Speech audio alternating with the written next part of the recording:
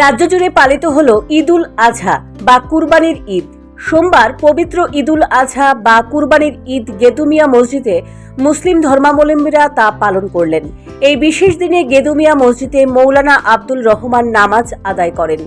রাজ্যের বিভিন্ন স্থানের মুসলিম ধর্মাবলম্বীরা এখানে এসে নামাজ আদায় করেন। শিশু থেকে বৃদ্ধ সকলেই এদিন সকালে নামাজ আদায়ে ব্যস্ত ছিলেন। আল্লাহর কাছে সকলের সুখ সমৃদ্ধি ও কল্যাণ মঙ্গল কামনা করলেন। এই দিনটির গুরুত্ব ব্যাখ্যা করে মৌলানা আব্দুল রহমান বলেন, ঈদ উল আজহা বা কুরবানির ঈদ পালনের উদ্দেশ্য হলো এই দিনে নিজের পছন্দের জিনিসটি আল্লাহর উদ্দেশ্যে উৎসর্গ করাই হলো মূল কাজ। এর মধ্য দিয়ে নিজের মনের মধ্যে যেসব জরা ব্যাধি দুঃখ কষ্ট অসামাজিক কাজ কর্ম করার মানসিকতা রয়েছে তা সব আল্লাহর কাছে উৎসর্গ করে কুরবানি করতে হয়। শুধুমাত্র খাবারের জন্য কুরবানি দিলে তা হবে না। আজকে পবিত্র ঈদ উল আজহা বা কুরবানির ঈদ। আজ থেকে প্রায় 5000 বছর পূর্বে হযরতে ইব্রাহিম আলাইহিস সালাম নামক একজন মেসেঞ্জার অফ গড বা প্রফেট ছিলেন।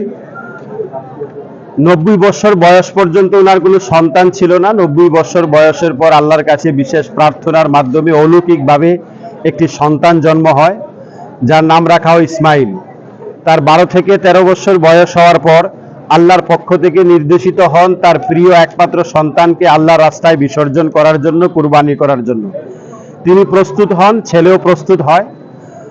আর সৌদি আরবের মক্কার মিনার ময়দানে ছেলেকে কুরবানি করার জন্য নিয়ে যান এবং ছুরি চালান, কিন্তু ছুরি চলে না, কার্যকরী হয় না। আল্লাহর পক্ষ থেকে ঘোষণা হয়, ইব্রাহিম, তোমার ছেলেকে কুরবানি করা এটা উদ্দেশ্য ছিল না, এটা একমাত্র পরীক্ষা ছিল। এই পরীক্ষায় তুমি সফল হয়েছ, তাই আল্লাহর পক্ষ থেকে একটি দুম্বা প্রদান করা হয়, এটাকে কুরবানি করো।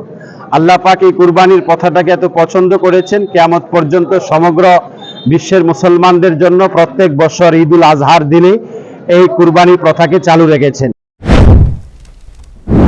মুসলিম ধর্মাবলম্বীদের কুরবানি ঈদকে কেন্দ্র করে এই অংশের মানুষের মধ্যে ব্যাপক উৎসাহ উদ্দীপনা প্রত্যক্ষ করা যায়। Bureau report, news prime Tripura.